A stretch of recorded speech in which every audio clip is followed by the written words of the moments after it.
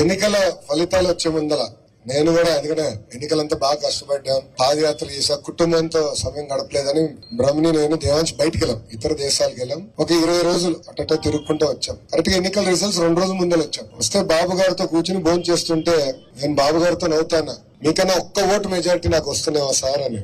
బాబు గారు నవ్వుతా, కుర్రోలు కదా కొంచెం స్పీడ్ ఎక్కువ, చూద్దాంలే ఇంకా 2 రోజులు వస్తున్నాయి కదా నీ రిజల్ట్స్ అన్నారు. కానీ నిజంగా నాకు ఇప్పుడు కూడా గుర్తు, బాబు గారు అక్కడ టేబుల్ పొడుగ్గా ఉంటుంది, అక్కడ బాబు గారు కూర్చున్నారు, ఆయన పక్కన నేను కూర్చున్నా, అందరూ ఉన్నాం. ఆ రోజు అందరూ చాలా సంతోషంగా ఉన్నారు, ఆనందంగా ఉన్నారు. నా ఒక్కడికే చౌంట్లు పెట్టింది, నా బాగా గుర్తు. ఇప్పుడు కూడా బ్రహ్మని అడిగింది, ఆ రోజు కూడా అడిగింది, నేను చౌంట్లు పెడుతున్నాయి, వచ్చేసింది కదా రిజల్ట్స్, మన ప్రభుత్వం వస్తుంది కదా అంటే మంగళగిరి మెజారిటీ ఎంత ఇక్కడ ఒక ఛాలెంజ్ గా నేను తీసుకున్నాను అని చెప్పాను. నేను అడిగింది మిమ్మల్ని 53,000 తల్లి, కానీ మీరు నన్ను 91,000తో గెలిపించారు.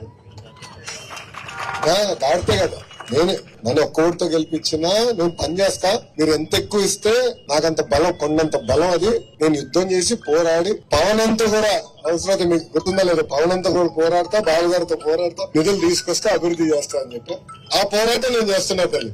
చాలా మంది తెలుసు ఆ పోరాటం నేను చేస్తున్నా.